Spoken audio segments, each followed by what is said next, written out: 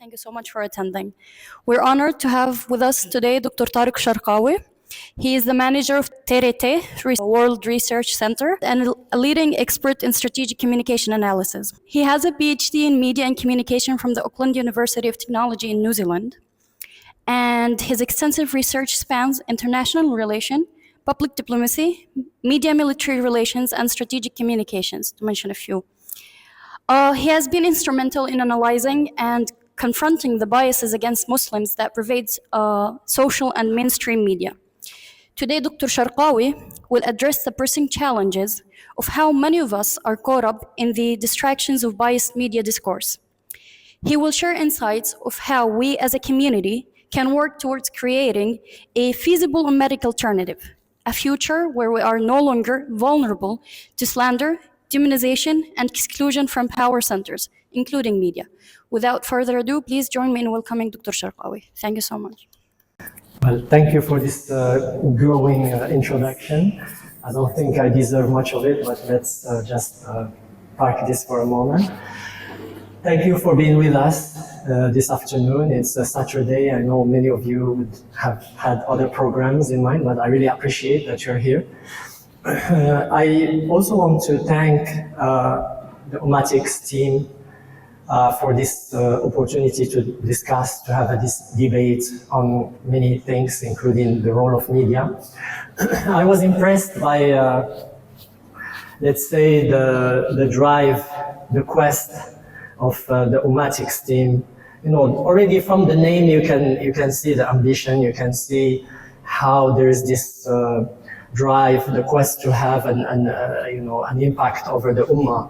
Unfortunately, those kind of debates about like the Ummah, these notions and concepts have mostly disappeared because of the prevalence of the nation state and other things.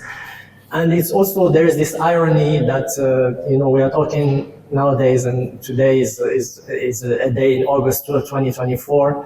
100 years ago, this was like a catastrophic moment for the Ummah and for the notion of the Ummah because of the disappearance of the last formal link that, abided and took the Ummah together and connected the Ummah together. And as we know, this is not a small thing. Many people were, it gave the room to many movements and many people and even many statesmen to start and try to do something about it.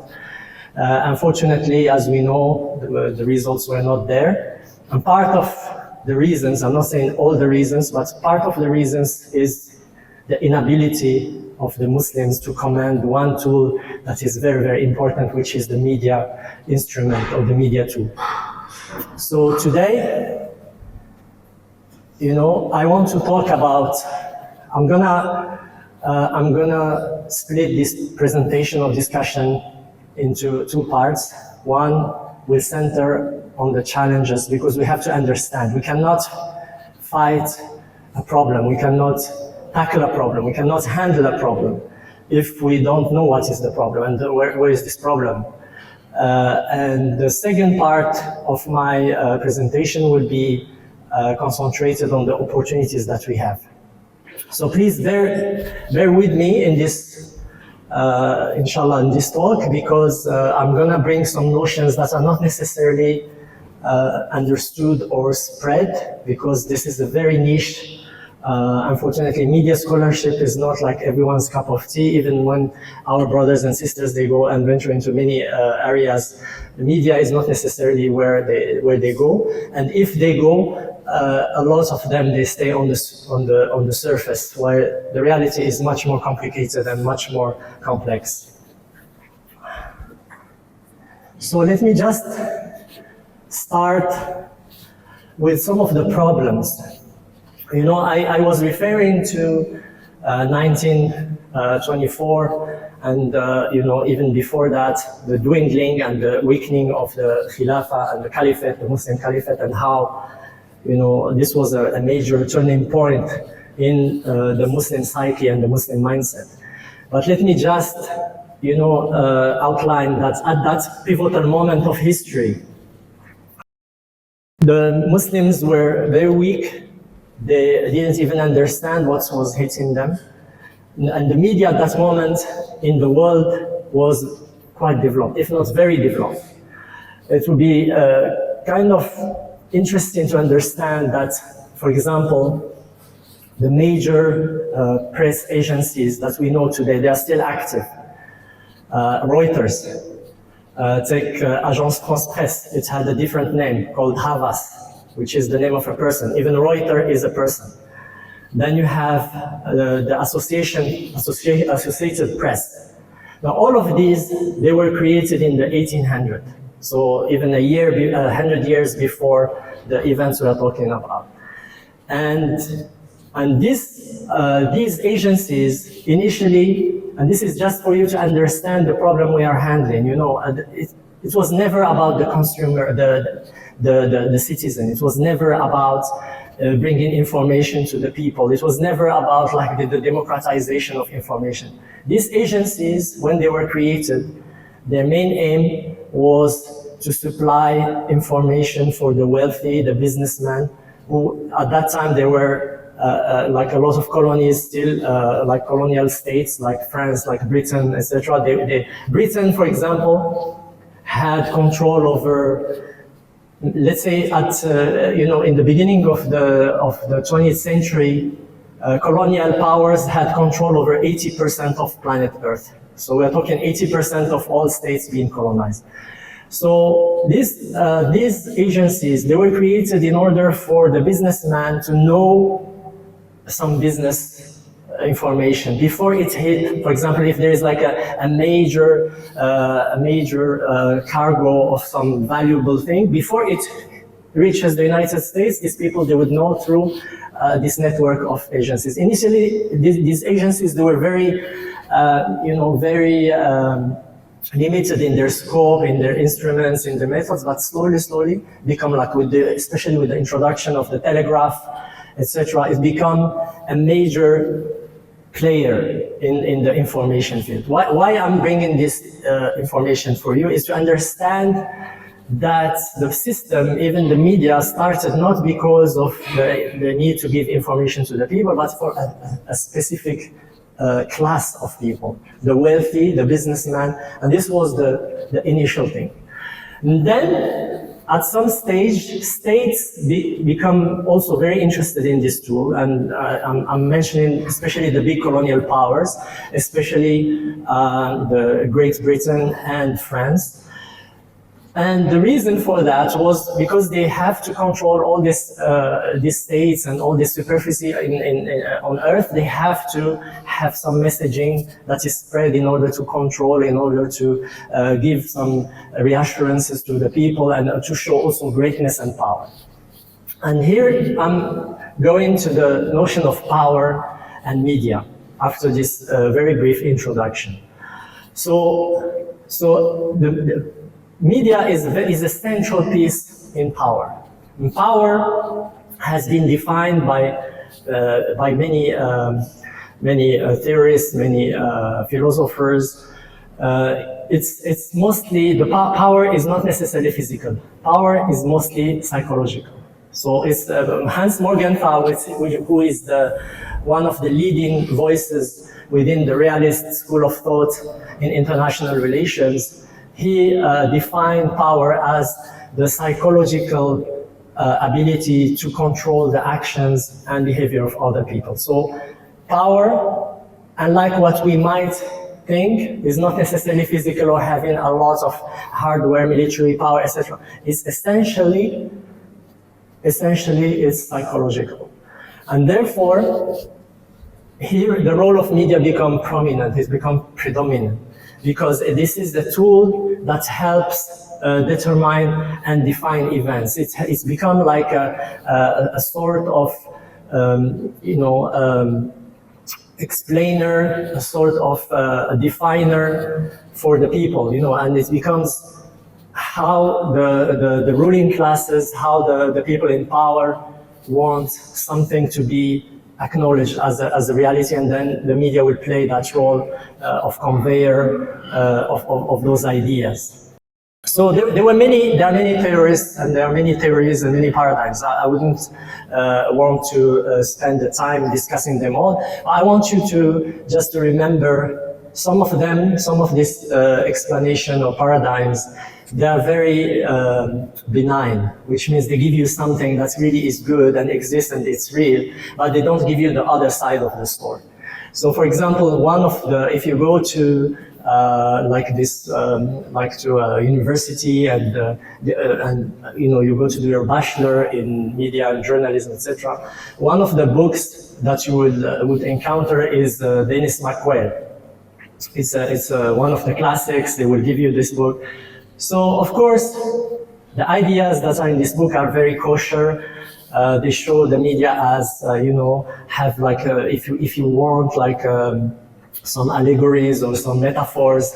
McQuaid used different metaphors. Like, for example, media as a window, so by which you can look at what is outside.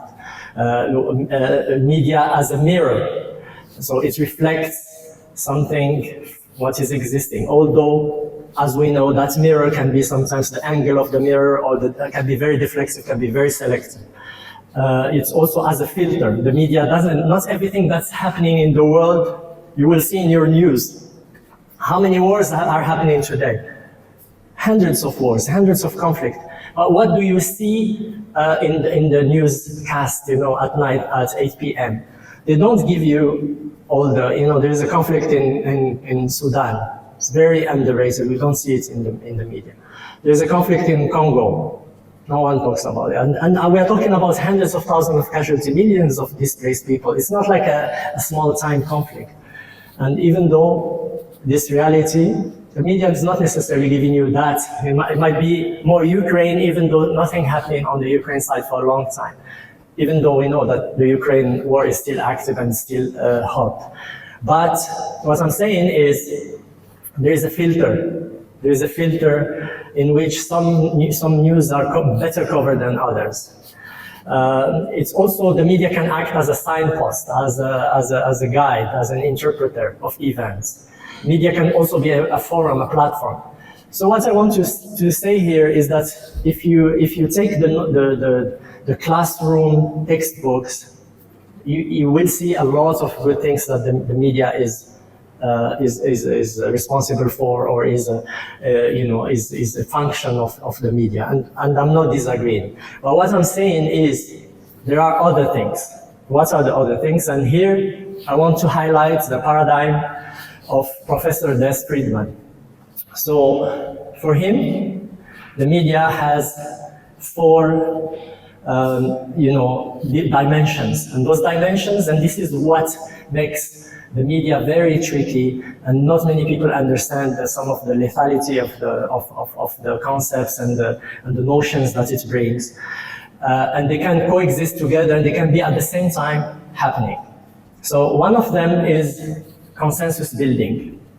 So I want him to highlight, for example, how many times you see like a funeral of a head of state. Like take, for example, the Queen of Britain, Like look at the kind of ceremonial, how many days, how many weeks the media is talking about this event. So normally you would say, oh, this is a normal function, but it's not a normal function. This is a consensus building, because why? Some events have to act as a shared moment for the people. So and you give them this shared moment. So everybody is together having this kind of enabled by this event, and it's also a moment where people give their loyalty. This is a loyalty, because when you have all these crowds and the media put emphasis, and you have even more crowd the next day and the day after, it's to build this loyalty to the ruling structure. So you you give your allegiance, and you build even more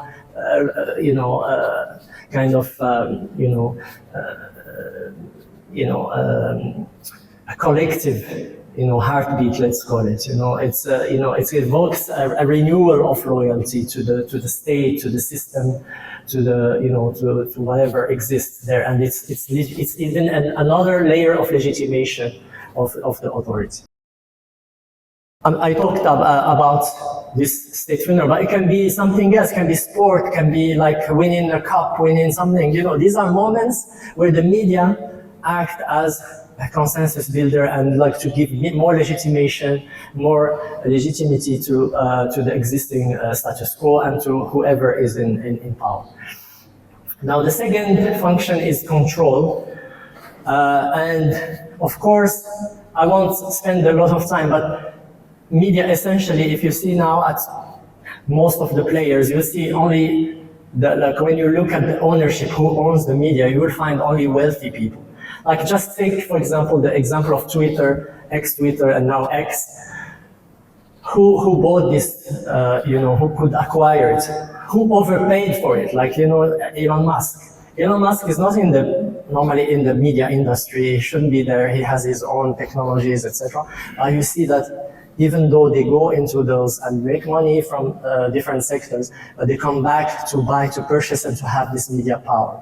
And it goes for MSNBC. What is it? It's Microsoft buying, a tool. And all of them, all of the rich and powerful, they reach a moment, even if they are rich, even if they are wealthy, even if they are well off, they jump into the media sector, they acquire assets there. Why? Is because it helps them having even more power and have more say and be more connected with the ruling elites. Now, there is another element, another function that I want also you to ponder about, which is the contradiction function. What is the contradiction? And this is where sometimes people they don't see the malign part, the dangerous aspect of the media. Why? Is because there is a contradiction. What is the contradiction? So most of the wealthy, the businessmen, they do these businesses they have, and they don't care about, like, let's say about the rights of workers, or let's say about the environment. Most of it, they don't care. They are in the oil industry, they are in some other stuff, they don't care. But in the media, you'll find the contradiction that sometimes some aspects are being brought forward. The human rights, the rights of the workers, there's a discussion about the role of the environment and that we need to be more active in fighting for the environment. So these contradictions exist, and the media, they do it deliberately, and you can find a lot of spaces that offer this contradiction, a lot of themes. But does it mean that the media and the ecosystem behind the media cares about those things, or is it just a way to have these elements, there in order to make even more justification and give them more legitimacy? I don't know, it's gone somewhere. Somebody's calling. This, okay. And the last function that I want also you to think about, and I'm going to explain more, is the notion of chaos. So chaos is also something that the media brings, and this is the malign side of the media. So you see it sometimes when there are good, you think this is good chaos because there's good and bad chaos. So the good chaos is something that's, we agree with it, and it happens, and the media is helping propagate or disseminate the information about it. Let's say, for example, when the collapse of communism happened, and then there was this wave of preaching and sending messaging about democratization and the need to democratize for especially the people in Eastern Europe, etc.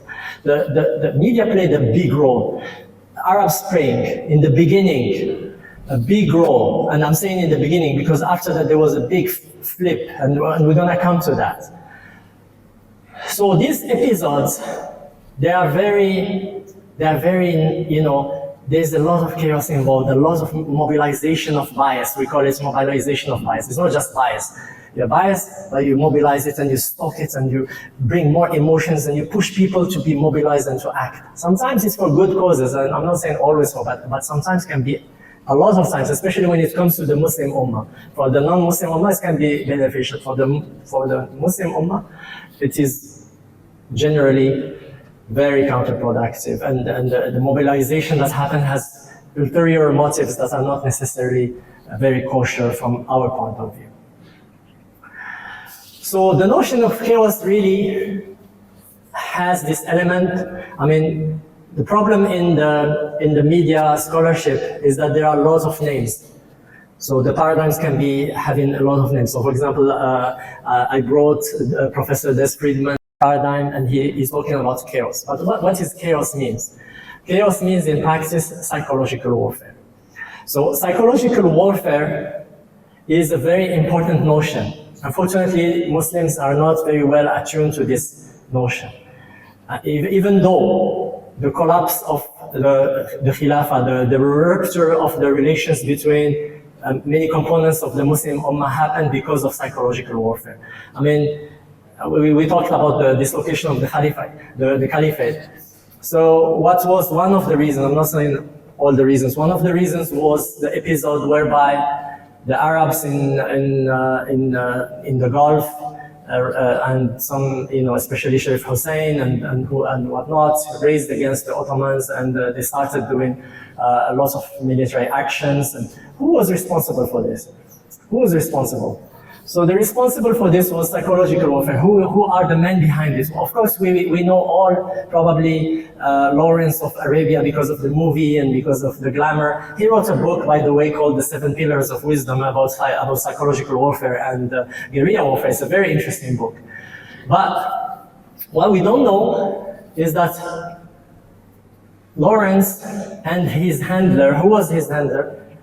His handler was one man called David Hogarth.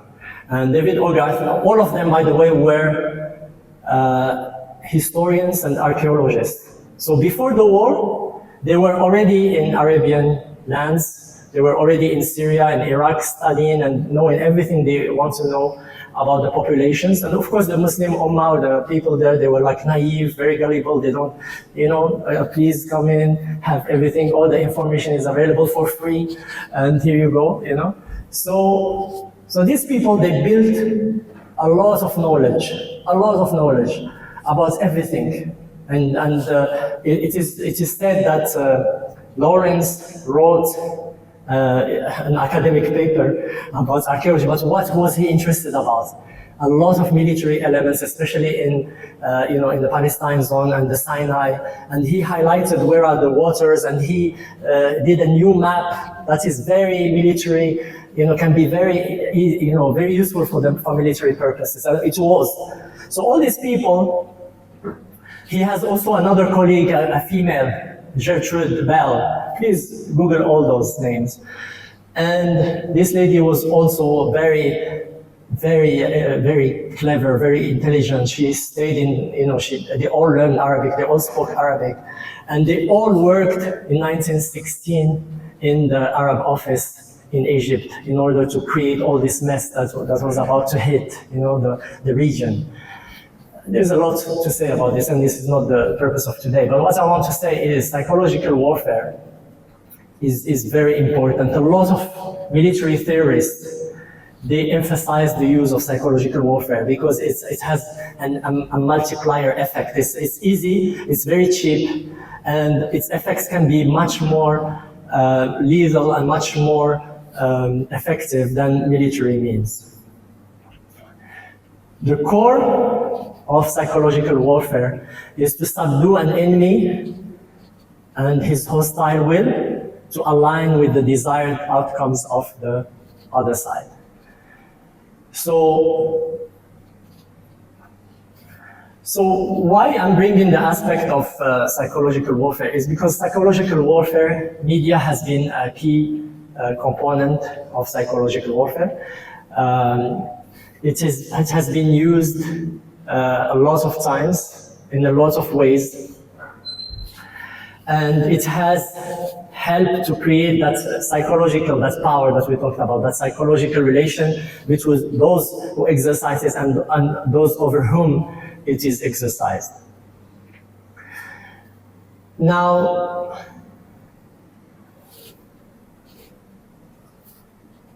the key theorists of warfare, not just media warfare, they discuss this component of having a psychological warfare embedded with the actual warfare.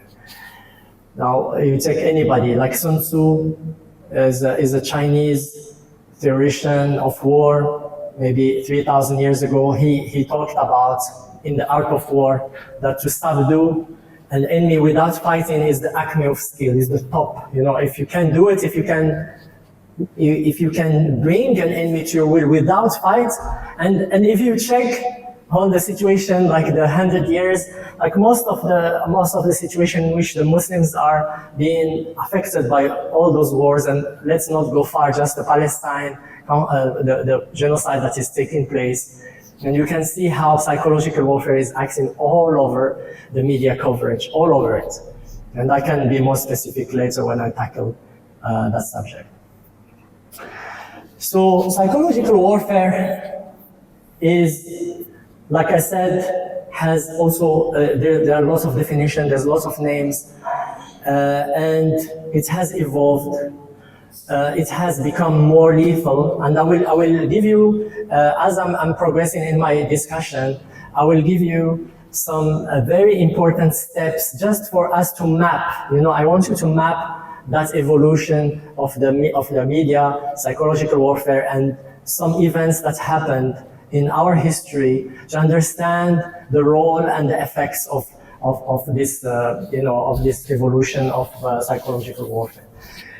Now, I would not spend, a lot of time just discussing the definitions because, political warfare, media warfare, neocortical warfare, information warfare, all of them, there are overlaps between them. And at the end, it all pushes in one direction, which is to subdue the enemy without a fight, without a physical fight.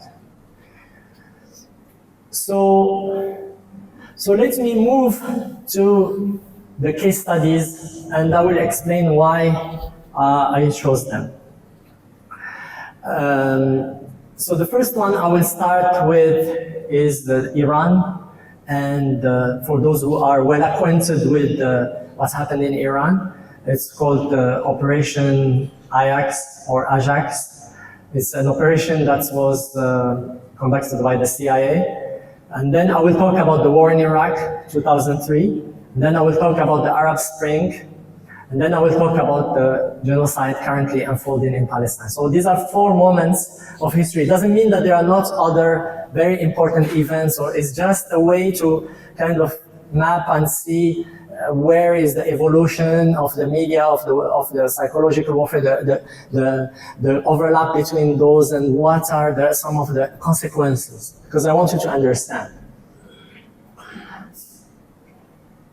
So Mossadegh, I'm not sure many of you know him, but he was one of the Iranian leaders. He emerged at the end of, like we're talking 1954, so what does it mean in practice? This is the end of the Second World War. There were many promises that the Second World War, and including from the United States, including from Western powers, that the end of the Second World War would bring a new era, a new beginning. This is like post-colonialism. We are having liberty, freedom. We're having human rights. It's the start of the post-colonial era. So Mossadegh was one of those nationalist leaders, and what he wanted to do, he had two main goals in his mind. Number one, to establish democracy in Iran. Number two is to bring all the natural resources under national control.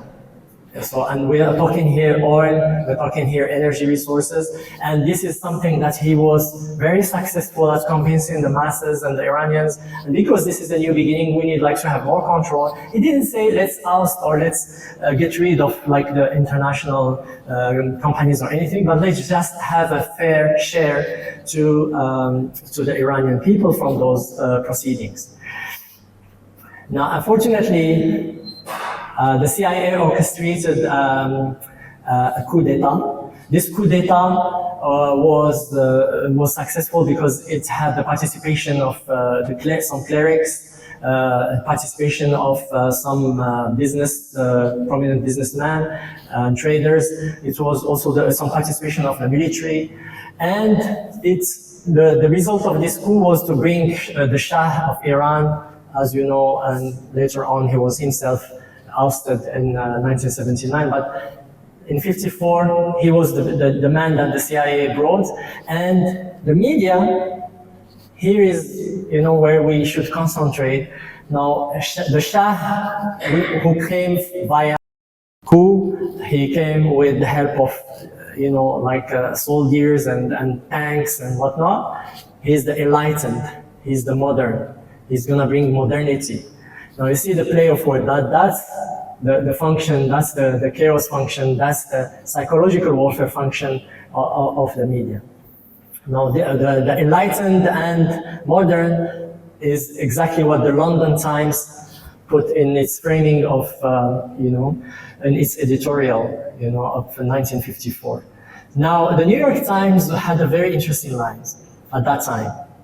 And we know that the New York Times still today, if you see the coverage of the Palestinian genocide, you'll see how it's very nasty, it's very dehumanizing, it's very one-sided, there's no balance at all. So let's just go to 1954 and see what they wrote about this situation and about the Mossadegh coup. So they said underdeveloped countries with rich resources now have an object lesson in the heavy cost that must be paid by one of their members, which goes berserk with fanatical nationalism.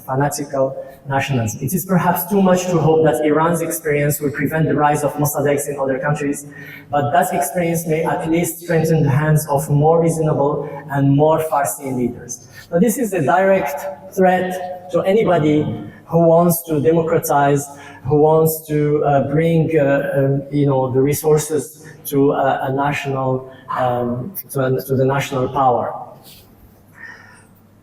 Now the war in Iraq, why the war in Iraq is a defining moment of the 21st century, I'll tell you why. Is because the first wave that we discussed was just immediately after Second World War. So Second World War, there was a big movement for decolonization, for nationalism, for building the countries after all what's happened under the colonial yoke. Now, what happened is also the end of communism happened in 1989. The end of communism also brought a lot of hopes in many countries, because we shouldn't, not all of our countries were under communist rule, but those who were under communist rule understand how this event was very, very important, and therefore there were many hopes. It triggered many hopes that the situation would change, that there would be a new era. A lot of Muslim communities, Muslim populations, they started also the movement. We remember, for example, before the Arab Spring, the experience that happened in Algeria in 1991, 1992, where an Islamist party won the elections, but was immediately ousted, and its members persecuted. 200,000 were killed or more, and a lot were put in prison. So that era, the 90s, was very important. But what is more important, or equally important, is that the paradigm that we are discussing, the psychological warfare function of the media, also become a level up. What is this level up? In the 1990s, also in the United States, there was something called the revolution in military affairs. The revolution in military affairs means that the United States in 1995, 1996, they decided to upgrade their military in many ways, in terms of hardware, but also in terms of strategies. And one of the strategies that emerged at that time was that it's not enough to have information warfare. They wanted something called information dominance, which means that now, from that time onwards, the United States, the wars will not happen, because I'll just take a footnote to explain. Psychological warfare was the war happened, and then tactically, or the military will say, okay, let's try this, let's do this. So it was a byproduct. It's not necessarily now with information dominance, it becomes part of the plan.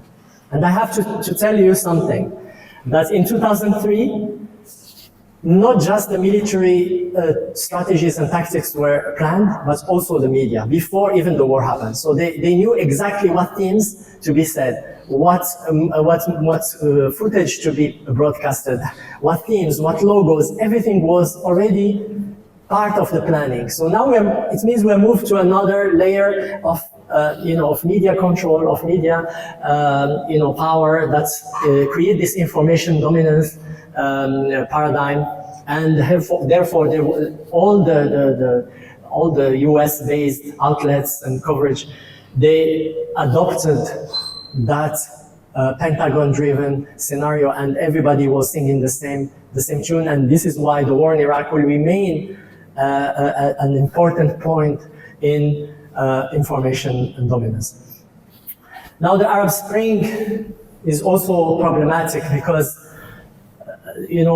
Arab Spring is the social media has started, and this is also the first time. Like in the war in Iraq, there was no social media, but in 2011 and onwards, social media became a major player. Many people saw in this moment, and especially in the beginning, that social media was free. And people could and we have seen it in Tahrir Square, we have seen it in Tunisia, we have seen it, people could mobilize together and have something very peaceful demonstration. People were very committed, but also very peaceful, very law-abiding.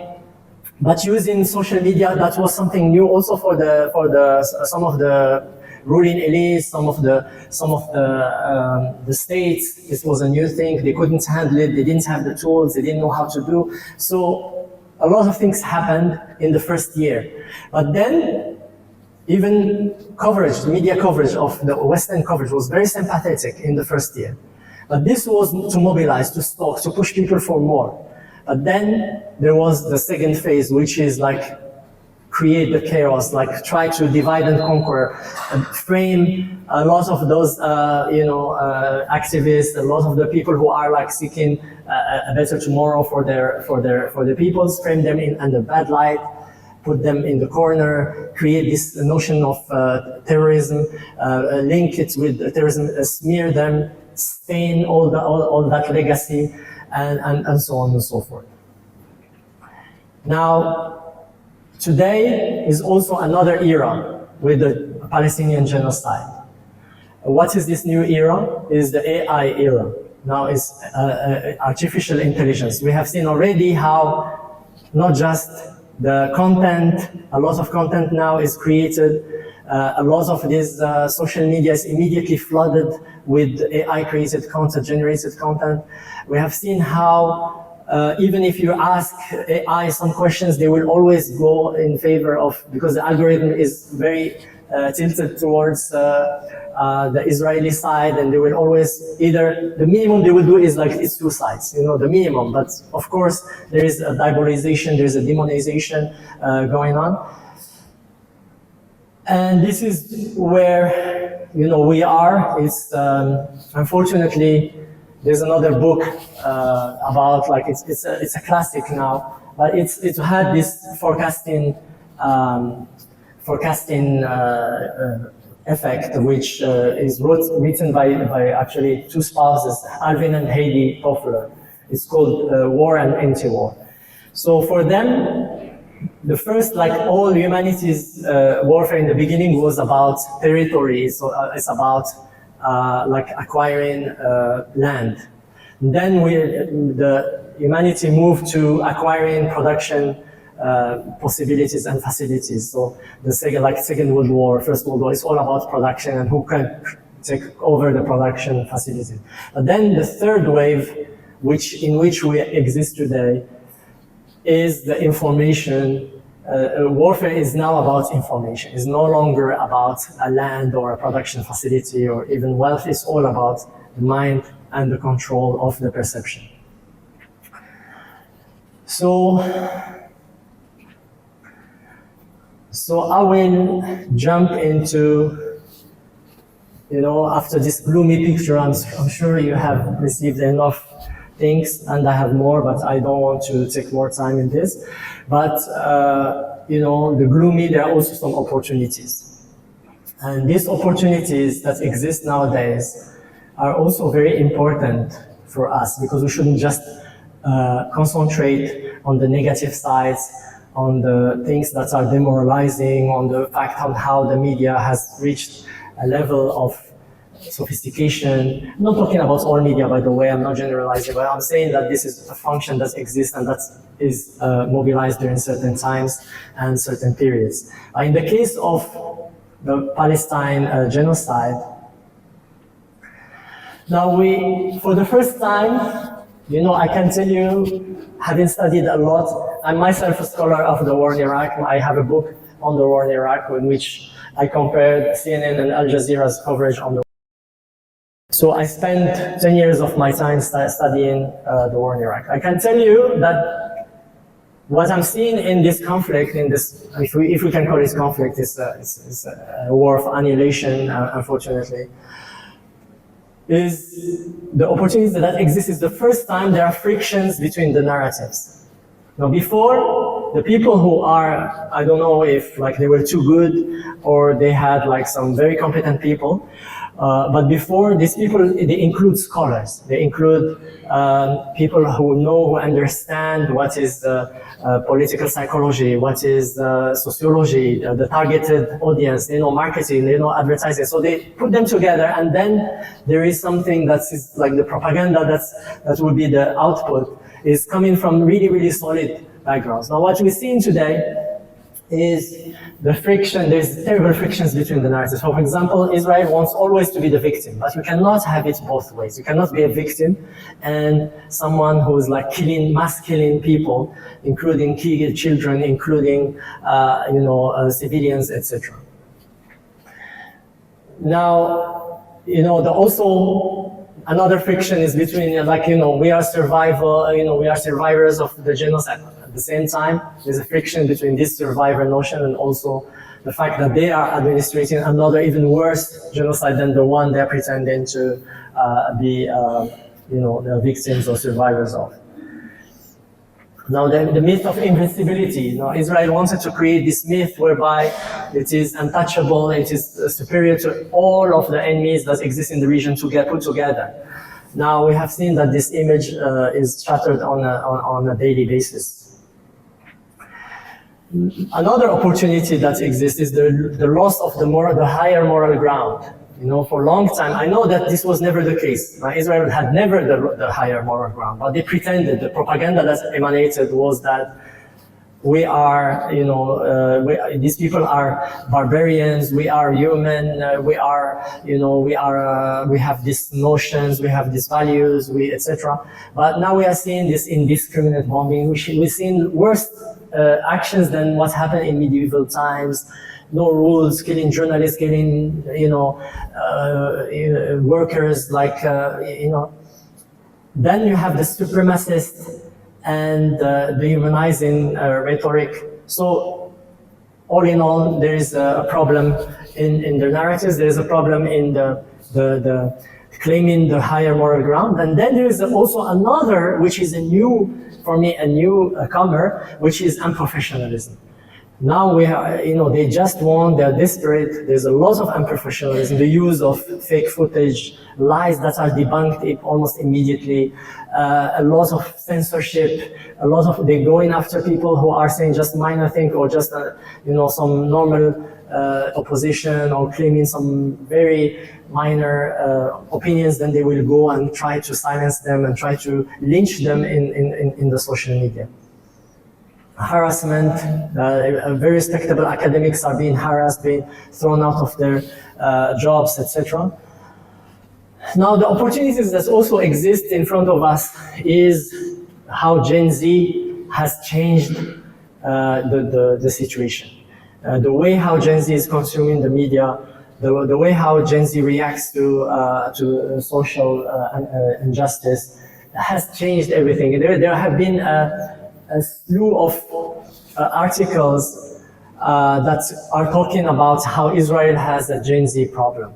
So Gen Z, we're witnessing a lot of actions in the United States, even in Jewish quarters, like people who are from Jewish backgrounds, students from Jewish backgrounds, students from all backgrounds, actually standing up for justice, standing up for Palestinian rights. Now also, unfortunately or fortunately, the Western media also has failed miserably. I mean, I remember the days where, some of my relatives, elder relatives would listen to the BBC or Radio Monte Carlo as if the truth is emanating from those outlets. And unfortunately now no one is trusting. We're seeing complete distrust of the way the coverage, the reporting that is coming from the Western, and it affects on the long run. It affects the trust and that psychological power that we are talking about. So it's eroding very fast, and it will reach a time where it will completely disappear. Now we also, of course, we have to mention some players who have brought an alternative media discourse. We can talk about Al Jazeera, TRT World, others. They bring in a lot of footage, a lot of, and making these voices heard, those who are the victims of this war or this genocide. And we are witnessing complete change in, how the world opinion is dealing. We're seeing, like in the UK, like hundreds of thousands, 500,000 people demonstrating. This was never the case before. This was not the case in the 60s, the 50s, even during the Nakba. The Nakba in 1948, it had no one, even cared about what happened. And in 1967, there were like few articles here and there. So we are seeing more mobilization. We're witnessing more, more interest in the Palestinian rights. The Palestinian narrative is being present. It's all over the place. Now I will close with just some calls to action. So I would, after talking, and I'm sure there will be some interesting questions at the end, I hope so. I would call on the activists of Ummatics and all NGOs that are concerned to become more media savvy, to train. There are media training available, to understand how the media works, to have properly trained spokesperson, to understand the concepts of media framing and how to frame the discourse, to also train others into critical thinking, how to navigate the media, how to consume the media, how to consume the news, and also to provide courses about how to tackle narratives, especially that are completely detrimental. I mean, the title of today's session was about how the media is affecting the Ummatic sentiment, and how can we deal with that if we don't train people, if we don't provide media training on how to consume the media, how to deal, how to interact. And this has become even more important nowadays because of this pervasive nature of the media and how it is ubiquitous everywhere. The people at young age, like 3, they have tablets, they have, now, I mean, if we don't do that, it means we are completely out of sync with the realities, and we have absolutely zero bearing on what would happen for the next generation. And lastly, but also importantly, it's good to have a lot of NGOs, etc., and that's part and parcel of the fight for reestablishing, the rights and establishing a lot of the public discourse. But there needs also more moves towards building media institutions and media, at least, fact-checking media, having media that work to reestablish the truth, to put the truth forward, to fight fake news, to establish content that is interesting and also important for the understanding of the future generation. I will close with that, and thank you very much for listening.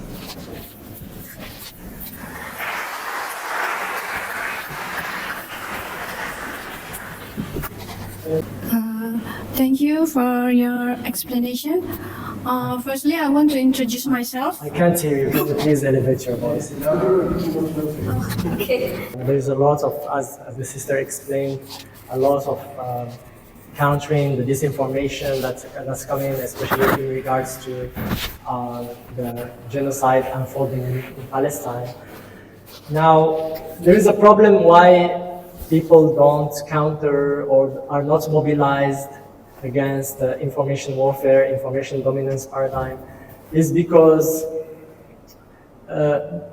people are more mobilized during times of direct war. So if there's a direct war, so people are aware, they try to understand, they try to be alarmed and take action. And they don't understand that this sort of information warfare is going on the whole lifespan.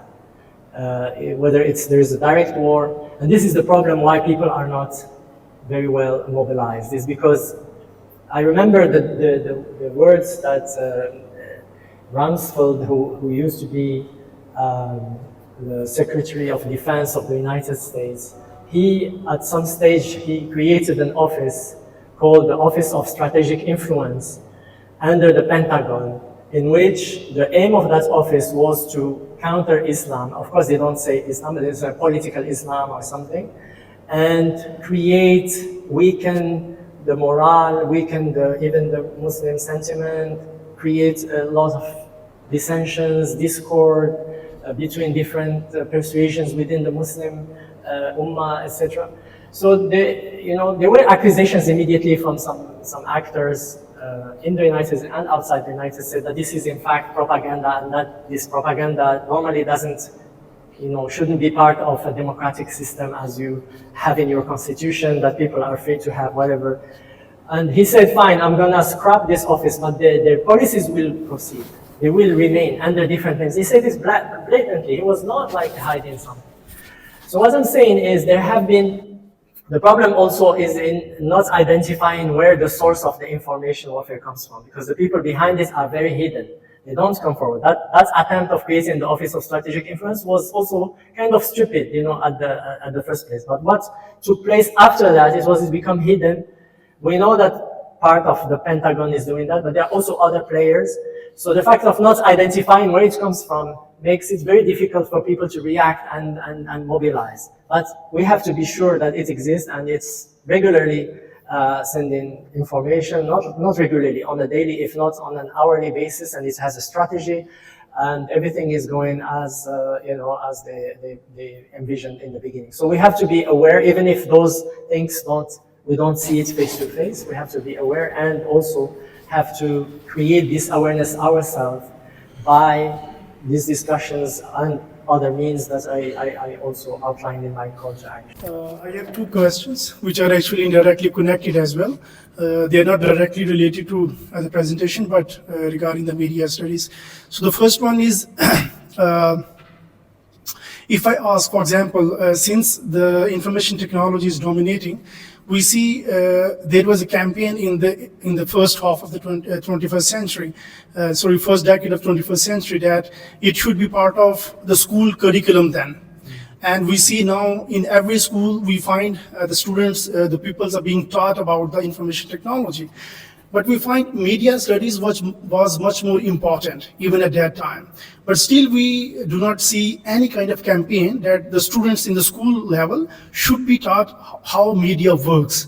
The theories, the propaganda, the words, the language, each and everything should be part of the school curriculum. We do not find it there. What is the barrier? The political leadership is not aware of it, or something else.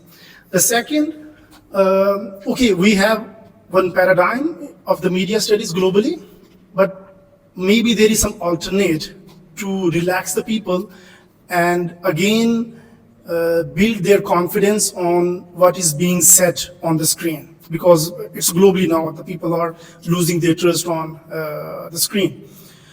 So, for example, in the 80s, there was the debate in the Islamic countries mostly. According to Islamic ethics, the design of the media language and the media studies according to the Islamic ethics. So the first conference, if I'm not mistaken, it happened in Indonesia, 83 or somewhere in that period. And the findings were really very detailed. It's on the record now. It just didn't go well in the future although it was highly needed even that time. And now it's maybe even more. So why we are missing to that debate in the mainstream, if I ask you? Yes. Thank you. Thank you. So thank you for the question. The two questions. They deserve books, not just like a 5 minutes explanation, but let me just have a go into them. So the first one, why for example, even the curriculum in schools, they talk about information technology, they talk about sometimes about media, but they don't give the full, kind of coverage about what the media is doing or capable of doing, or what is some of the very dangerous aspects of chaos creation that the media could come up with. Now, really the answer is somewhat simple. The school curriculum is also part of a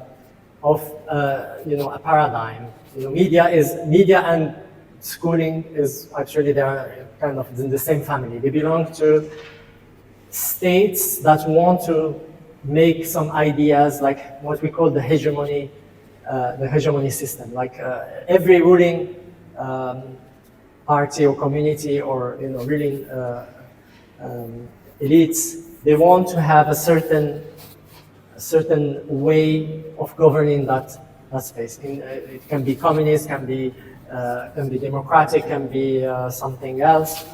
Yeah, but the most important is that they need tools in order to transmit certain values and make them common to all the population. Media plays an important role in this, but so is the school system. And this is why the school system will never give you, like the tricks basically in the trade. Like media, they play and they play this propagandistic role, and how can you resist being, under the influence of like some brainwashing or propaganda, etc. They won't give you this trick. So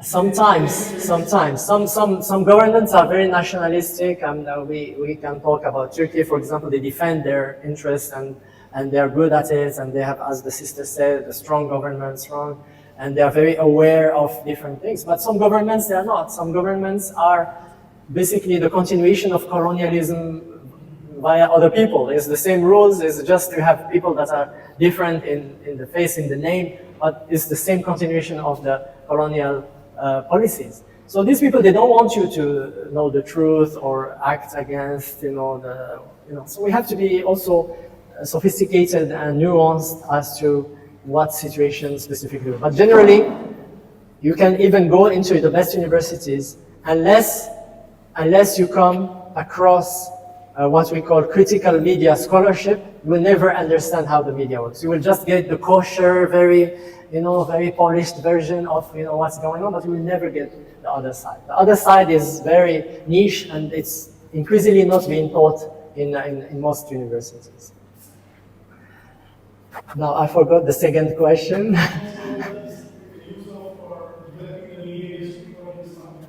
Yes. Well, that's an ongoing debate. I mean, like how to make some of the things that we know are important, how they can become part of the media discussion is something that's really important. But there is a problem in that slide that I'm putting there. I didn't discuss it. These are the five obstacles. We call them the media filters. Why is something, even if it is important today, and you see it with your own eyes, and it doesn't go to the national television or the news on that day. Why? It's because, one, ownership. Who owns the media? Most of the media is owned by, like I said, business interests, and these business interests, they don't want to harm their relations with the government, so they will only surf with the tide that is beneficial to them and the relations with the public. Number two, advertising. A lot of the media, to make money, they have to resort to advertising. Advertisers will quit if there is something that is, perceived as anti-system, anti-government, etc. So they will just keep it on hold. Now, sources. For every media outlet, you need sources to quote in your article, because you can't just came with like something blank and from your own invention or something. So you have to ask and interview people. Who are those sources? Now, there is a class, we call it the authorized knowers. they're authorized to know. Not everybody will be part of the newsroom. Not everybody will be called and to comment on news. No, they have to be authorized. And unless they're not authorized, they will not feature them. Then you have, in case someone is not playing the game, then you have criticism, flag, being fired, being, having problems. IRS shows at your door, attacks, unannounced, things like that to harass you, to put you and to silence you. And finally, which is also very important, is like newsrooms, they have ideologies, even if they claim otherwise. What is the ideology? Generally, it's either capitalism or, in some, as we have seen it after 9/11, it's also Orientalism, the fear of Islam, hatred of Islam, under different names and denominations. But at the end, you have this ideology that exists, and this is why you see certain news will come and feature, certain news will never make it to the door. Assalamu alaikum. My name is Bil Yusufi. I'm from Germany. Thank you very much for your explanation. I have two questions actually. The first question is due to the ongoing social media activities of our brothers and sisters, the media hegemony of the Hasbara was broken. So from the opposition side, the question is how to be a step ahead and how to, gain control.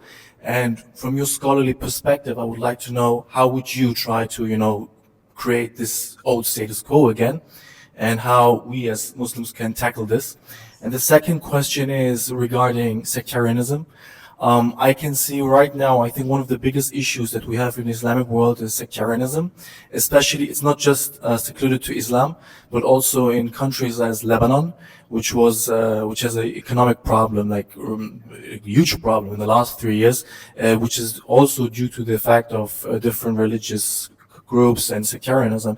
And how can we tackle this situation? Thank you very much. Yes, again, some very hard questions to tackle. For the first one, I think, there is a lot of change that's happened in the war of ideas, the war of narratives, and how the narrative of the Hasbara, the narrative that is pro-Zionist, is like taking big hits at the moment. Now, unfortunately, not most of it is because of the work of Muslims. A lot of it is actually the work of non-Muslims, people who have nothing to do with Islam, and which shows that even as Muslims, we are still behind. We need, all the time, we need others to rely on and to have our back, which is a pitiful state to be in, because normally we have like 2 billion people, we should have enough capacity and enough people to act, but unfortunately we're not there yet. It doesn't mean that there are not very credible people, very committed people who are doing a lot of good work, but we're still not there yet. Now, how can you be a step ahead? I think the next warfare has to be in the AI side, because anything you do outside AI right now is just you are fighting the wars of the past. It's already gone. Like social media, it's already gone. So to be a step ahead is to always think ahead of of the other side, and have a lot of people trained, have startups, NGOs working on those fields. Like the Israelis, they have a lot of clout on this side. They have started before, they are well ahead. It doesn't mean that we don't have good minds and brilliant minds as Muslims, but there needs to be some action, some unified action, like people coming together rather than the way we see like it's individual, it's mostly individual, and individual doesn't work in that sense. Like even propaganda, like it doesn't count if it comes from just like one individual side. It only counts when it's a concerted effort from large organizations. So that's the time where you are facing an incredible, formidable enemy. Now the second question, sorry, I lost track. What was the second question? Yes, sectarianism, yes. No, unfortunately, this is part of psychological warfare. For a long time, for long periods of history, that problem was very minimal, not even existing. Like I know a lot of scholars, they were quoting people from different persuasions, different sides of the Muslim. It wasn't like a big deal. People, there were intermarriages, there were like people normal, you find like one side of the family is from this persuasion or not from that persuasion. It was very normal. But I think psychological warfare plays a lot of that. Like, because what is the aim of psychological warfare? Is to weaken the opponent. How can you weaken the opponent? So you see what are the weak spots. Weak spots, and as you know, any imperial force or any colonial force, they do divide and conquer. You have to be divided. If we are united, there's no chance. So we have to be divided. And this is why you see social media, even if there's no problem, every day they try to create problems. If you don't know where these things are coming from.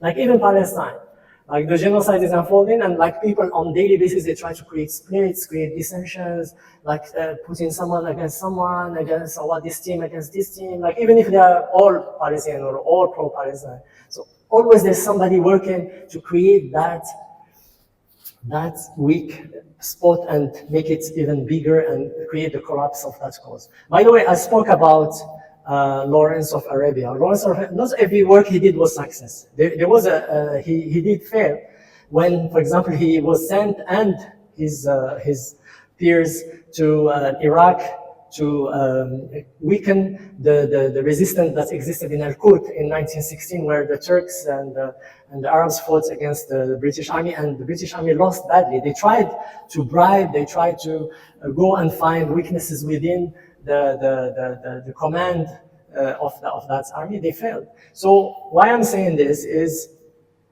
we can make them fail if there is a resolve, if there is an attempt to be more aware and also alert to this, all this information warfare, information dominance, psychological warfare, with whatever name it comes. We have to be aware and alert, and we have to teach this principle to others, and how to stand and how to resist and how to fight back. That would be a solution to that problem, because I see a lot of it is not organic. A lot of it is coming from different sides. The hardest for the end. Well, look, I know it sounds weird, and I was myself surprised because there are so many blunders, so many mistakes, so many like even childish mistakes done. But I think it doesn't mean this is the end of it. It doesn't mean that we prevailed. It doesn't mean we are going to prevail. What it means is there was a period of hubris, a period of arrogance, where they come, they see anything they can do will take shape. Anything I do, I'll succeed. I don't care about, so they started being sloppy. They started not involving people who have knowledge. They started bringing anybody from, just do it. Here is like $100,000. Right? It's not about money. It's about how can you be impactful? And, in crafting a certain narrative, that narrative, it cannot come from the outer space. It has to have roots on the ground. It has to have some element of truth. Not necessarily everything is a lie. It has to have some element of truth. You can combine with some falsehood here and there, but if everything is a lie, if it's easily debunked, then it means that some of these people, they don't understand the craft that they are in. Now, does it mean that they are not addressing these gaps? They are addressing these gaps. When they see it fail, they bring in more professionals. Now, we're seeing already a departure from the 6 months. A lot of blunders happen. Now we see less and less. They're more silent. They're more cautious. And that comes from, like this period of hubris and, self-belief is being now, is gone. So there's a new period. So, taking from here, how can this evolve? I think there is an evolution also in terms of warfare, on the ground, because psychological warfare goes hand in hand with what's happening also on the ground. I think Netanyahu, as we can see, doesn't want to end the war. So for him now, he has reprogrammed the Israelis from this belief, this paradigm, this military paradigm that they have for a long time, in which Israel can only launch blitzkriegs, or what we call very light, like periods of fast and hit hard in a period of 7 days or 10 days maximum, and then you stop the war, which was the case in 1973 and other wars before, 67, and others, to a period where now they are living in a perpetual war, because now there's another dimension that's entered, which is the religious dimension and the religious people who are now in his government. So they're pushing for this perpetual war. They're not interested in peace. They're not interested in ceasefire. They're not interested in anything. And for them, this is the beginning of the end for all their worries in the region. So how is the psychological warfare going to happen? I think it's going to be less and less effective because it was effective, like all the paradigms that were building the strength of the Israeli narrative. They happened because they showed this humane version, this, the kibbutz. We're all coming together to work to create a paradise in the desert, and they relied about the non-existence of people, like the people that come for a place without people, So these kind of narratives, they could take shape in the 50s and 60s, but now they're no longer available. And the problem, once you open this concept or paradigm of all-out warfare all the time, it means you can only have additional enemies. There's not less, there's more. So that's what I can say for